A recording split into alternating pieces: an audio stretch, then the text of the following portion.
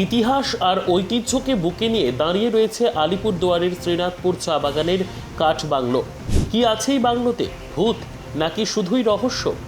আলিপুরদুয়ার জেলার ২ নম্বর ব্লকের শ্রীনাথপুর চা বাগান বক্সা ব্যাঘ্র প্রকল্পের পাশেই অবস্থিত। এই চা বাগানের মধ্যে রয়েছে প্রায় শতাধিক বছরের পুরনো কাঠের বাংলো। দোতলা এই বাংলোটি বড় বড় শাল গাছের খুঁটির ওপর গড়ে তোলা হয়েছে। বলা বাহুল্য, এই বাংলো তৈরি হয়েছে মূল্যবান শাল কাঠ দিয়ে। বাংলা বৈচিত্র্যের রাজ্য, চারিদিকে ছড়িয়ে ছিটিয়ে রয়েছে কত কাঠ বাংলো। তার মধ্যে মুর্শিদাবাদ জেলার বিভিন্ন কাঠ বাংলো বিশেষভাবে নজর কাড়ে। কিন্তু আলিপুরদুয়ারের চা বাগান ঘেরা এই বাংলো কি দেখেছেন আগে? গোটা বাংলো জুড়ে শুধুই শিল্প নৈপুণ্যতার ছোঁয়া। 3 দিকে রয়েছে ঝুল বারান্দা, শৌচাগারেও রয়েছে শিল্পীর মনসিয়ানা। প্রতিটি ঘরে সাজানো রয়েছে কাঠের পালঙ্ক এবং আসবাব। খুব তাড়াতাড়ি এই কাঠ বাংলো খুলে দেওয়া হবে পর্যটকদের জন্য, বলছেন বাগান কর্তৃপক্ষ। দীর্ঘদিনের দাবি ছিল পর্যটকদের, অবশেষে কথা রাখতে চলেছে মালিকপক্ষ। 1928 সাল, তখন চলছে ইংরেজ শাসন। আলিপুরদুয়ার জুড়ে ঘন জঙ্গল, বাঘ এবং অন্যান্য জন্তুর আনাগোনা। চলাচলের মতো রাস্তা গড়ে ওঠেনি, জনবসতি ছিল খুব কম। সেই সময় পার্শ্বনাথ ঘটক নামে এক বাঙালি শিল্পপতি আলিপুরদুয়ারের শামুকতলা এলাকায় স্থাপন করেন শ্রীনাথপুর চা বাগান। দেশ স্বাধীন হওয়ার পর নিজের জায়গা অনেকটা বাড়িয়ে তোলেন তিনি। চা বাগান পরিভ্রমণে আসার সময় এখানে তাকে কাটাতে হতো বেশ কয়েকটা দিন। 1953 সালের মাঝামাঝি সময়ে তিনি গড়ে তুলেছিলেন এই কাঠ বাংলো।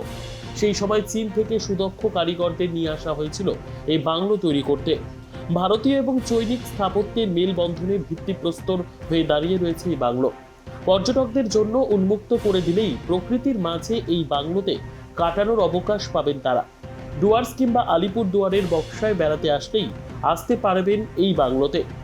31 জাতীয় সড়ক ধরে শামুকতলা থানার অন্তর্গত মহাকাল চৌপথির দিকে যেতেই শ্রীনাথপুর চা বাগান, আর সেখানেই মাথা উঁচু করে দাঁড়িয়ে রয়েছে এই বন বাংলো। ডুয়ার্সে মূলত চা বাগানগুলো ইংরেজরাই ব্রিটিশরাই স্থাপন করেছিলেন, এটা আমরা জানি। কিন্তু তার মধ্যে কিছু আমাদের ভারতীয় বলতে ওরা স্বাভাবিকভাবেই উকিল, মোক্তার, কিছু ব্যবসায়ী, কাঠ ব্যবসায়ী ইত্যাদি, এরা কিছু বাগান গড়ে তুলেছিলেন নিজের হাতে। এই জেলার চায়ের ইতিহাসে কিছু ঐতিহ্যের ব্যাপার আছে, এটা সেই ঐতিহ্যের মধ্যে একটা আর কি। আবার এর ভালো দিক, এর মধ্যে কোনো সাম্প্রদায়িক ব্যাপার নেই। এর ভালো দিক এইটা যে এখনও এই বাগানটি একজন বাঙালি শিল্পপতি, বলবো কি না আমি জানি না, উদ্যমী ম্যাডামের হাতে চলছে আর এটা বিরাট কথা একটা।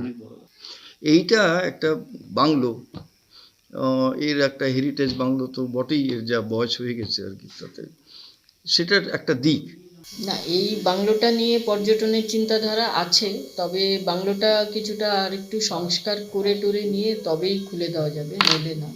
আর আপাতত তো মানে এই মুহূর্তে সেটা করা যাচ্ছে না, ভবিষ্যতে হয়তো হতে পারে। মানে একটু যোগাযোগ ব্যবস্থা আর একটু ভালো করবে, রাস্তাঘাটগুলো আর একটু ভালো করতে হবে, তবে লোকজন আসা যাওয়া করতে পারবে। পরিবেশ তো সুন্দর, দেখতেই পাচ্ছি, তো এলে আমরাও খুশি হব, আমাদেরও একটা আয়ের পথ খুলবে। পর্যটন নিয়ে আমাদের চিন্তাভাবনা আছে। আলিপুরদুয়ার থেকে শুভদীপ বর্মনের রিপোর্ট, CNI নিউজ বাংলা।